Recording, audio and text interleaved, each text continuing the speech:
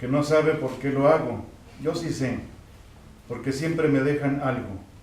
Me hace pensar, me hace reflexionar, y me parece que este libro, el tema de la religión en Descartes, es un tema interesante, el de la relación de Descartes con la religión.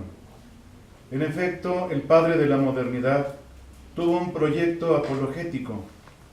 Sin embargo, dado que pensamos la modernidad como la independencia con respecto a la época medieval, que fue tan religiosa, tiene que ser vista como la secularización de la filosofía. Pero se nos olvida que muchos de los adalides del pensamiento moderno fueron defensores del cristianismo.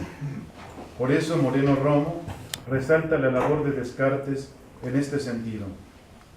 Uno de los elementos que apoyan esta visión de Descartes como apologista del cristianismo fue su atención al argumento para probar la existencia de Dios.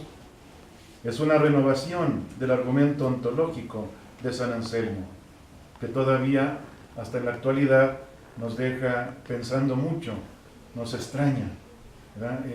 Ustedes saben, Alvin Plantinga es un filósofo analítico que se ha especializado en este argumento que yo no acepto, pero en lógica contemporánea funciona, ¿verdad? Se utiliza el sistema de lógica modal S5 de Lewis y Langford y procede. Se demuestra, aunque hay un problema ontológico, que es el que no me permite aceptarlo. Pero Descartes lo renovó, lo estudió muy a fondo. Hay otros elementos también que vienen a sumarse a esto. Se ha dicho que varios elementos del pensamiento cartesiano provienen de su contacto con los jesuitas, porque recordemos fue alumno de ellos en el colegio célebre de La Flèche, donde seguramente habrá hecho los ejercicios de San Ignacio, y San Ignacio pues era un santo que veía mucho al diablo, ¿verdad? Tal vez de ahí viene que para Descartes fue muy importante la discreción de espíritus, y con ello la duda de si está siendo engañado por su famoso demonio maligno. El espíritu de la Contrarreforma, en la que fueron adalides los jesuitas, llega a Descartes, como lo ha sostenido varias veces Moreno Romo, y hay que aceptarlo y tomarlo muy en cuenta. Nuestro autor se empeña en mostrarnos un Descartes que, a pesar de ser el origen de la modernidad, ya señalaba los excesos de esta y nos previene contra ellos. Por eso cataliza su racionalismo con la fe religiosa. En todo caso, es algo que se perdió, no por culpa de Descartes, sino de los pensadores de su entorno.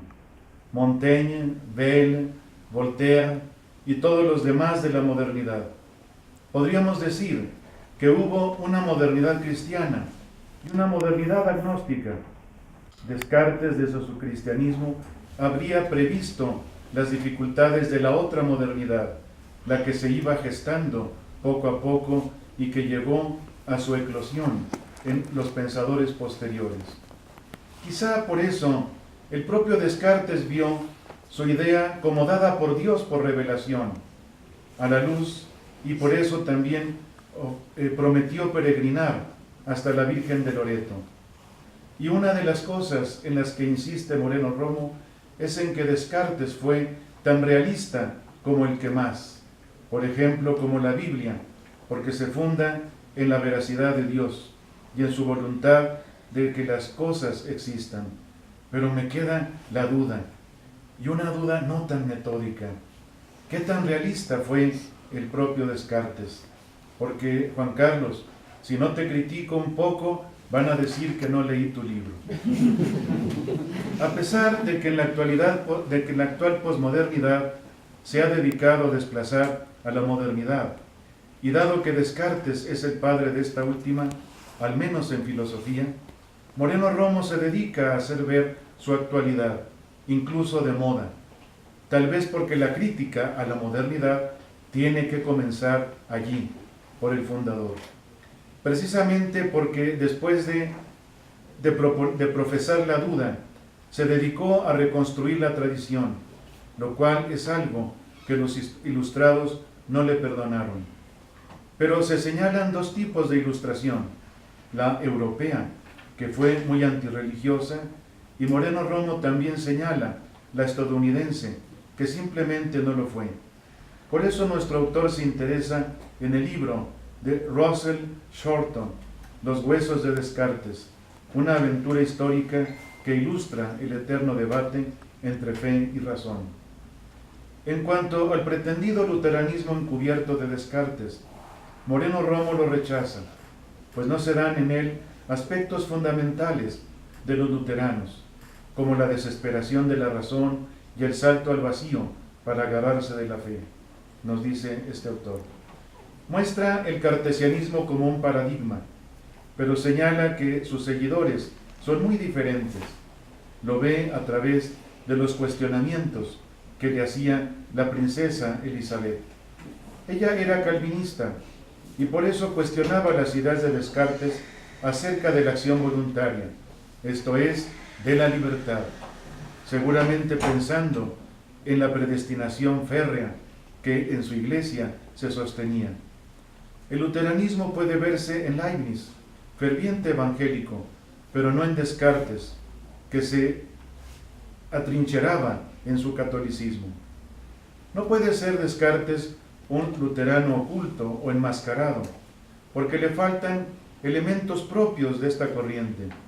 Esto es lo que Maritain exageró, pues colocó a Descartes en la línea de Lutero, en esa modernidad que fue la que triunfó, pero más bien pertenece a esa otra modernidad, como la llamaba mi gran amigo ya afinado Bolívar Echeverría, la de la Contrarreforma y el Barroco. Más que el libre examen, lo que las meditaciones metafísicas de Descartes usan es el examen de conciencia de los ejercicios ignacianos. Así, en lugar de colocar, como hicieron los neotomistas, a Descartes entre los protestantes, Moreno Romo se dedica a reivindicar el catolicismo sincero y ferviente del padre de la modernidad. Por eso hay que evitar esa exageración del neotomismo de Maritain, que hacía a Descartes una especie de enemigo de la religión y el fautor del idealismo. Hay que reivindicar, estoy de acuerdo, su intención realista en lo que tiene de aceptable. A pesar de la encíclica Aeterni Patris de León XIII de 1879, inclusive autores católicos como Gilson, que fue gran estudioso de Descartes, hasta el actual Jean-Luc Marion, consumado especialista cartesiano, han señalado la continuidad de Descartes con la escolástica, sobre todo con Suárez.